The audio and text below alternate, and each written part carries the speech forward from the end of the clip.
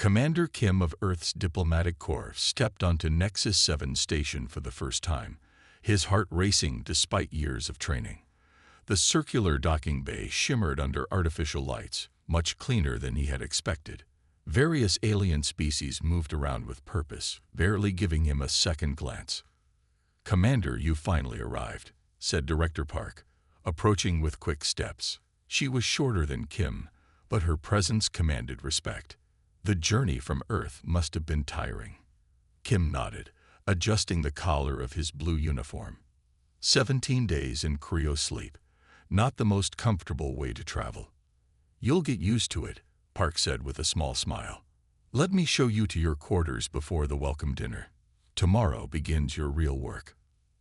As they walked through the curved corridors, Kim observed everything with careful eyes. Nexus 7 was humanity's greatest achievement in space diplomacy, a joint station where 12 different species from the Galactic Concord met to discuss trade, borders, and peace. Kim's quarters were small but functional. A bed, desk, and small bathroom were all he needed. After a quick shower, he studied his tablet, reviewing profiles of the alien representatives he would meet.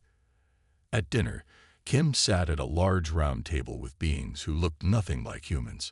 Some had multiple limbs, others scales or fur, and a few seemed to float rather than sit. "This is Commander Kim, Earth's new diplomatic representative," Director Park announced. Kim stood and bowed slightly. "I am honored to meet you all, and hope to learn from your wisdom." The alien called Han, with blue skin and 4 arms, spoke first. "Welcome, human. We have heard much about your species' quick rise to the stars."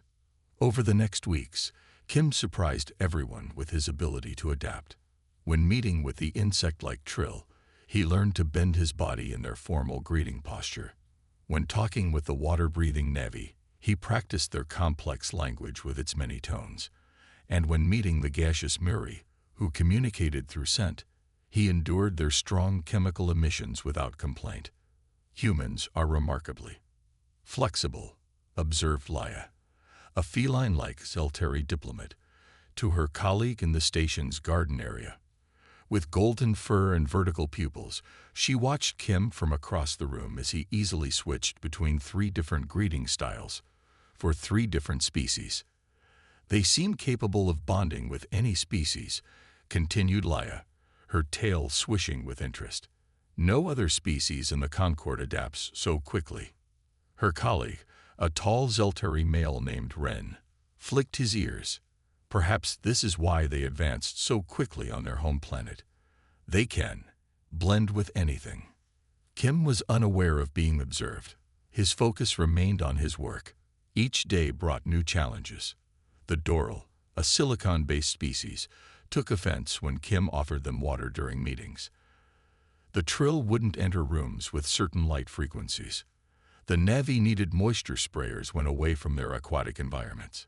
Yet Kim handled each situation with grace and quick thinking.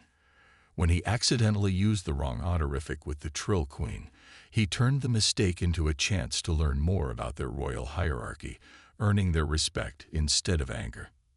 Director Park noticed his success. "The other diplomats are talking about you," she told him one evening. "You've made more progress in 3 weeks than your predecessor did in 6 months." Kim simply nodded. "I'm just doing my job." But throughout the station, rumors began to spread. The young human could adapt to any situation, any biology, any cultural expectation. Some whispered that humans might have special biological abilities that allowed them to form connections with any species. These rumors eventually reached Laya, who had become increasingly fascinated with humans in general, and Kim in particular. Unlike other species who kept to themselves, humans seemed genuinely interested in learning about others. One day, after watching Kim successfully negotiate a minor trade dispute between the Trill and Navy, species who had historically despised each other, Leah made a decision. "I must learn more about these humans," she told Ren. "Their ability to connect with so many different species is unlike anything in the Concord's records." Ren's whiskers twitched with concern. "Be careful. We don't fully understand them yet." Leia's eyes narrowed with determination. That's exactly why I need to investigate. If humans can truly bond with all species in ways we haven't seen before, the Zeltari Council needs this information. Later that evening, Kim reviewed reports in his office, unaware that his diplomatic successes had created a fundamental misunderstanding about human capabilities, one that would soon lead to the most awkward moment in Earth's brief interstellar diplomatic history. Commander Kim sat at his desk, reviewing the successful meeting he had just completed with the Trill trade representatives.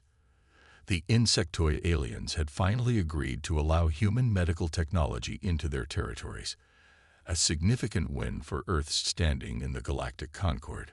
3 more reports to file, Kim muttered to himself, rubbing his tired eyes. The station's day cycle was longer than Earth's, and after weeks aboard Nexus 7, he still hadn't fully adjusted. A soft chime announced someone at his door. "Enter," he called, quickly straightening his uniform. The door slid open to reveal Leia, the Zeltari diplomat. Her golden fur caught the office lights, and her vertical slit pupils widened slightly as she stepped into the dimmer human-preferred lighting. "Representative Leia," Kim said, rising to his feet and offering the Zeltari greeting. Right hand extended, palm down, fingers slightly curled. "This is an unexpected pleasure." "Commander Kim," she replied, mirroring the gesture. "I hope I'm not disturbing your work." "Not at all. Please, have a seat." Kim gestured to the chair across from his desk. Leia sat gracefully, her long tail curling around the chair leg. For a moment, she simply observed him, her head tilted slightly in that characteristic Zeltari expression of curiosity. "Is there something I can help you with?" Kim prompted. "Yes," Leia said, her voice suddenly formal. "I wish to discuss a matter of interspecies relations." Kim nodded encouragingly. "That's what we're all here for, building bridges between our civilizations. I've been watching you, Commander." Kim maintained his diplomatic smile, though something in her tone made him slightly uneasy. "I've observed your interactions with all species on this station," Leia continued. "You seem remarkably adaptable in ways that puzzle the Zeltari delegation." "Adaptability is valued in human culture," Kim explained. "We try to be accommodating to different perspectives and needs." Leia leaned forward, her ears perked with interest. "Yes, but your physical adaptability is most intriguing. You tolerate the Muri's emissions, which sicken most species. You can eat foods that would poison others. You adjust to different gravities, temperatures, and atmospheres with minimal technological assistance. Well, humans evolved in a planet with varied environments. No other species can bond so easily with all members of the Concord," Leia interrupted, her tail now swishing with excitement. "The Doral and Trill have been enemies for centuries, yet both respond favorably to you." Kim shifted in his seat, uncertain where this conversation was heading. "We simply try to find common ground." "Are you mating with all these species?" she asked abruptly, her eyes wide with scientific curiosity. "Can you do it with me?" Kim's tablet slipped from his fingers and clattered loudly on his desk. His mouth opened, but no words came out. In the sudden silence, he became aware of a small blinking light on his communication panel. The station-wide broadcast system was active. The entire conversation had been transmitted to every corner of Nexus 7. What?" Kim finally managed, his face growing hot. Leia's ears flattened against her head. "Have I used incorrect terminology? Our linguistic database indicated mating is the proper term for biological bonding between species." "No.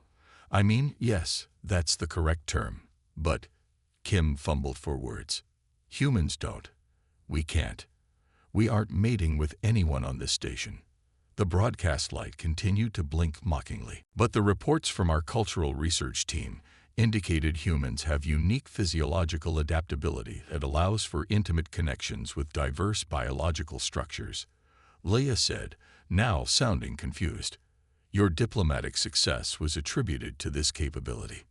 Kim quickly reached over and shut off the communication system, but the damage was done.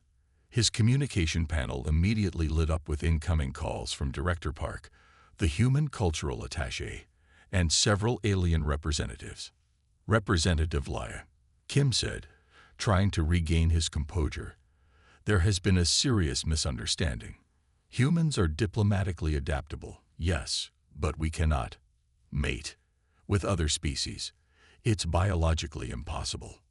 Laya's ears flattened further against her head, and her tail drooped. "I see. Then I have made a grave error in my assessment." At that moment, the door to Kim's office slid open without a chime. Director Park stood there, her face a mask of professional calm that couldn't quite hide her alarm. "Commander Kim, Representative Laya," she said evenly, "I believe we need to convene an emergency cultural clarification meeting." Behind her, Kim could see a growing crowd of curious alien diplomats gathering in the corridor, all with expressions he couldn't begin to interpret across so many different species. Laya stood quickly. "I have embarrassed both our species. I will submit my resignation immediately." "That won't be necessary," Kim said, surprising himself with his sudden calmness. Years of diplomatic training were finally kicking in. "This is simply a cultural misunderstanding, perhaps the first of many we'll all face as we learn to work together." Director Park raised an eyebrow at him, looking both impressed and skeptical. "After all," Kim continued, standing up, "isn't navigating these exact kinds of misunderstandings why we built Nexus 7 in the first place?" Director Park paced the length of the emergency meeting room, her steps quick and precise. 6 human diplomats sat around the table, all wearing identical expressions of concern. "This is salvageable," she insisted, stopping to rest her hands on the back of an empty chair. "But we need to act quickly. The recording has already spread throughout the station." Kim sat with his shoulders straight, refusing to show embarrassment despite the situation. "I take full responsibility. I should have recognized the misunderstanding earlier." "No one is blaming you, Commander," said Jun, the human cultural attaché. He was older than the others, with gray hair and patient eyes. "The Zelteri reports contained serious errors about human biology. We need to prepare cultural briefings immediately to correct these misconceptions." "What about Representative Leah?" Kim asked. "How is she handling this?" Director Park's expression softened slightly. "Not well. The Zelteri value precision and correct information. Making such a public error has damaged her standing." Kim frowned. "That's unfair. She was working with incorrect data." In another part of the station, Laya stood before Senior Representative Ta, the head of the Zelteri delegation. His fur was darker than hers, with silver streaks showing his age and rank. "You've embarrassed our entire delegation."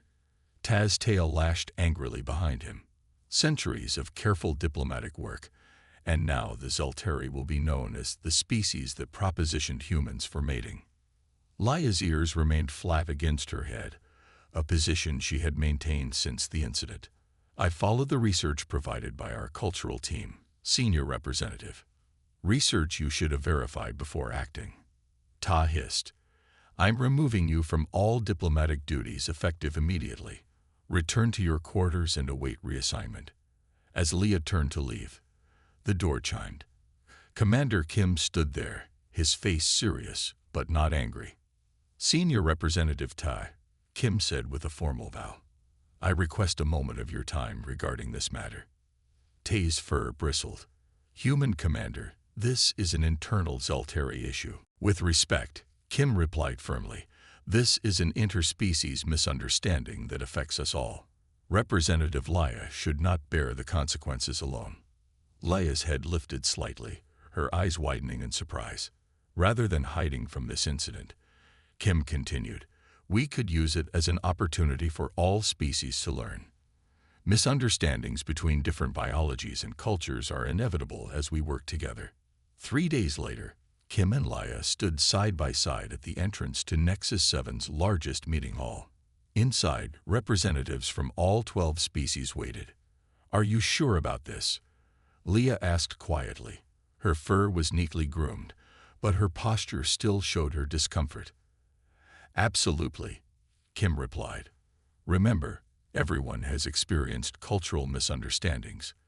We're just turning ours into a learning moment." Together, they entered the hall.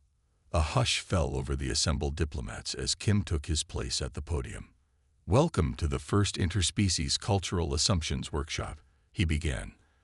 "I want to thank you all for coming, especially Representative Leah, who had the courage to join me today." He gestured toward her, and many of the diplomats made their species equivalent of respectful acknowledgement. 3 days ago, a misunderstanding occurred that has since become common knowledge on this station, Kim continued. "Rather than pretend it didn't happen, we've chosen to address it directly and use it as a starting point for better cultural exchange." Leia stepped forward. "The error was mine, based on incorrect information about human physiology and social behavior.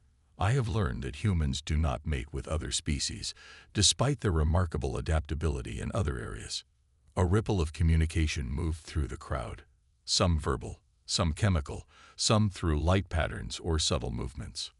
"But the larger issue," Kim added, "is that all our species make assumptions about each other based on limited information. Today, we'll share some of the most common misunderstandings each species has encountered." What followed was 4 hours of surprisingly open discussion. The trill revealed they had initially believed humans communicated primarily through changing skin colors, based on observing human blushing. The Muri admitted they had interpreted human handshakes as attempted wrestling matches. The Doral confessed they had been storing water in human quarters as what they thought was a welcome gift, not realizing it was damaging furniture and creating mold. By the end, the tension had transformed into something unexpected: laughter, or each species equivalent. Even Senior Representative Tai approached Leia after the session. "Your workshop was informative," he admitted grudgingly. "Perhaps there is value in acknowledging our mistakes openly." Later, in the station's garden area, Kim found Leia watching the artificial sunset program. "The workshop was a success," he said, sitting beside her. Leia's tail curled contentedly behind her. "Yes, though I still feel embarrassment when I remember my question to you." Kim smiled. "On Earth, we have a saying: there are no stupid questions, only opportunities to learn." "A wise perspective," Leia replied. "Though I notice your human saying doesn't address extremely awkward questions." For the first time since the incident, they both laughed freely as the artificial sun set on a day that had somehow transformed embarrassment into understanding. Kim sat in his office late into the station's night cycle, reviewing data files on his tablet. The Cultural Misconceptions Workshop had been a surprising success. Relations between species had actually improved, with many diplomats now feeling comfortable enough to ask questions they'd previously kept to themselves. "Strange," he muttered, frowning at his screen. He had been reviewing the original Zelteri cultural briefings about humans, trying to understand how such a fundamental misunderstanding could have occurred. Kim tapped the screen, moving through document after document. The error about human mating capabilities wasn't a simple mistake. It appeared in multiple files, always phrased slightly differently, but suggesting the same incorrect conclusion: that humans could biologically bond with all species. A soft chime at his door interrupted his thoughts. "Enter," he called. Leia stepped in, looking more composed than she had in days. Her fur gleamed under the office lights, and her tail moved with its natural confidence again. "Commander Kim, I hope I'm not disturbing you." "Not at all. In fact, I'm glad you're here." He gestured to the chair across from him. "I've been reviewing the cultural briefings your team received about humans." Leia's ears twitched with interest as she sat down. "Have you discovered something?" Kim turned his tablet so she could see the screen. "Look at these passages. All of them contain the same misinformation about human biology, but phrased in ways that seem designed to be misinterpreted." Leah leaned forward, her sharp eyes scanning the text. "You're right. This isn't accidental." She looked up at him. "Someone deliberately inserted misleading information." "Exactly." Kim swiped to another document. And look at this. The Muri received similarly misleading information about the Trill, and the Navi were given incorrect data about the Doral.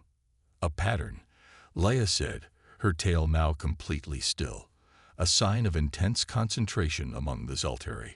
Someone is attempting to create misunderstandings between species. Yes, but who? And why? Kim stood up and began pacing. I've traced the data pathways. All these corrupted briefings were routed through the station's central database, but their origin points are masked. Leia's eyes narrowed. There is one species that has opposed Earth's admission to the Concord from the beginning. The Doral, Kim said with a nod. But we need proof before making accusations. Over the next 3 days, Kim and Leia worked together in secret. They traced data paths, interviewed technical staff, and reviewed security recordings. What they found was disturbing. Look at this, Leia said on the 4th night. They were in a small maintenance room they'd turned into a temporary investigation center. These access codes to the cultural database, they all originate from the Doral quarters during their rest cycles. Kim rubbed his tired eyes. But the logs show no Doral activity during those times.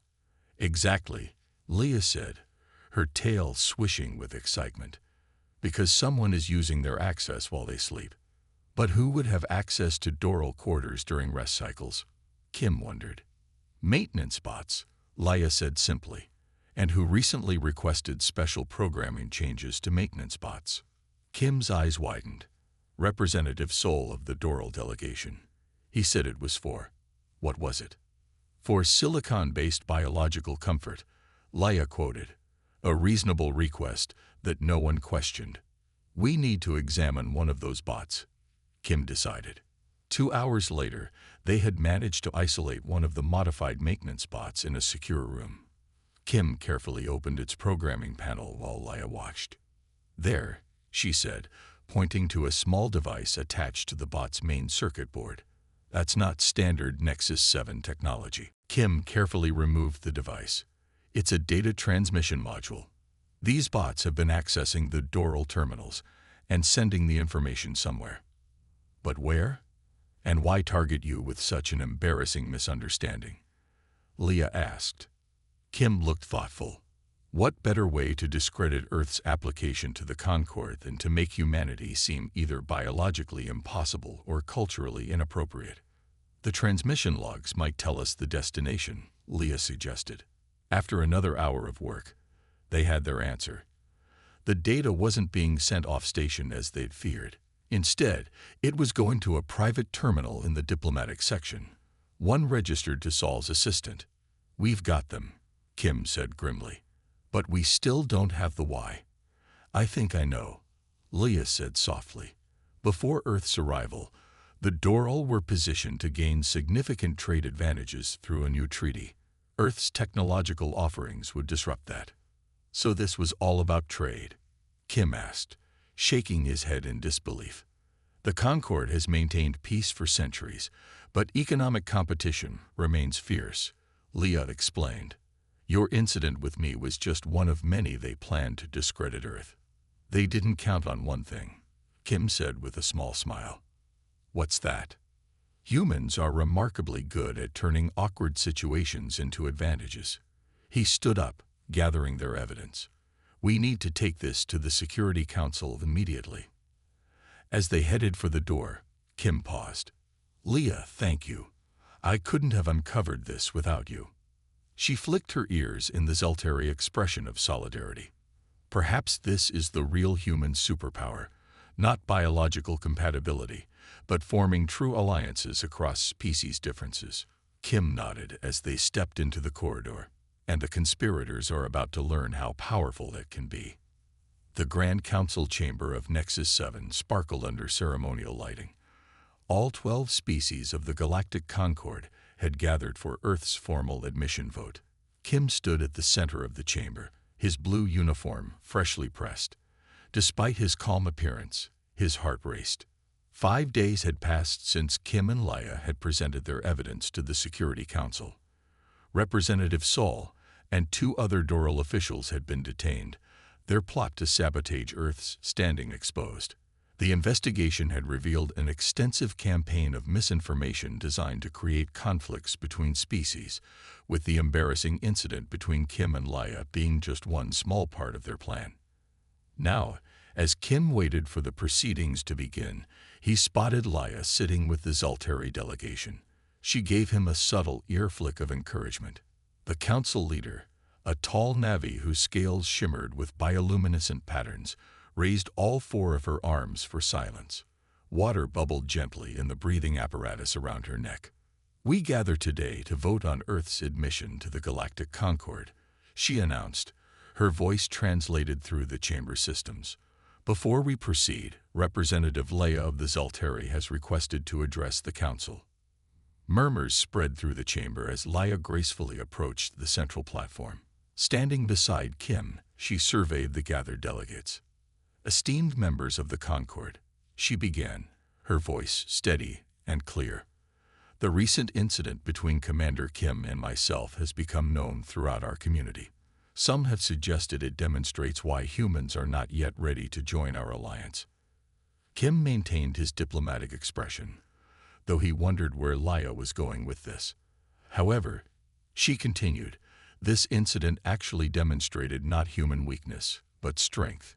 When faced with embarrassment that might have triggered hostility in other species, Commander Kim responded with understanding and education. He turned a potential diplomatic disaster into an opportunity for all of us to learn." The chamber was silent now, all attention focused on Leia. Furthermore, when we discovered that the incident was deliberately engineered to damage Earth's standing, Commander Kim did not seek revenge or withdraw. Instead, he worked tirelessly to uncover the truth, protecting not just Earth's interests, but the integrity of the entire Concord. From the Doral section, a representative stood. "The actions of a few misguided individuals should not reflect on our entire species," he protested. "Agreed," Leia replied smoothly. "Just as one awkward cultural misunderstanding should not determine humanity's readiness to join us." The council leader gestured for order. "The evidence of deliberate interference has been reviewed by the Security Council. Those responsible will face appropriate consequences. Today, we focus only on Earth's application." Kim stepped forward. "If I may address the council." At the leader's nod, he continued, "In preparing for this assignment, I studied the Concord's history. For 3 centuries, you have maintained peace between diverse species with different biologies, cultures, and needs. Earth hopes to learn from your example, but also to contribute our own perspective." He paused, looking around the chamber. "Humans have a unique history. On our world, different human cultures often misunderstood each other, sometimes with tragic results. But we also learn to overcome those differences, not by becoming the same, but by embracing diversity as a strength." "Pretty words," the Doral representative interrupted. "But the recent scandal was turned into the successful Cultural Misconceptions Workshop," Kim finished for him. "A program now being implemented across the station. This is the human approach. We don't hide from our embarrassments. We learn from them." The voting process took nearly an hour as each species followed their own protocols. Some required silent meditation, others complex calculations, and a few needed group consensus through methods Kim couldn't quite understand. Finally, the council leader raised her arms again. "The vote is complete. Earth is welcomed into the Galactic Concord, with all rights and responsibilities thereof." The chamber erupted in the various sounds, lights, and scents that constituted applause across different species. Kim felt a weight lift from his shoulders, a weight he hadn't fully acknowledged until now. Later, as the formal reception began to wind down, Kim found a quiet moment to stand at the observation deck. Through the massive windows, stars stretched into infinity, with Earth's sun just barely visible as a distant point of light. "Quite a view," Leia said, appearing beside him with a cup of something steaming in her hand. "It helps keep things in perspective," Kim replied. "After all that's happened, the universe continues." Leia sipped her drink. "So, Humans really can't mate with other species.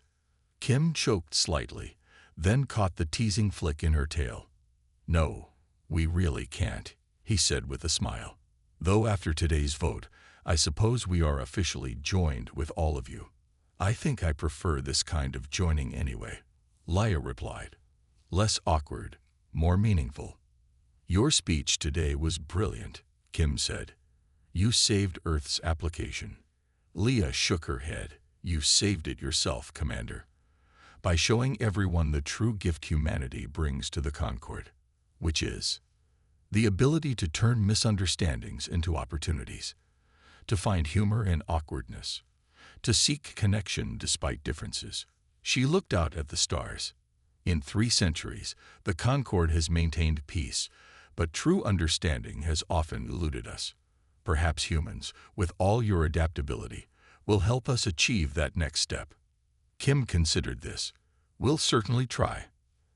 They continued watching the stars together, representatives of 2 worlds now formally united, bound not by biology, but by something far more powerful, the shared desire to understand each other.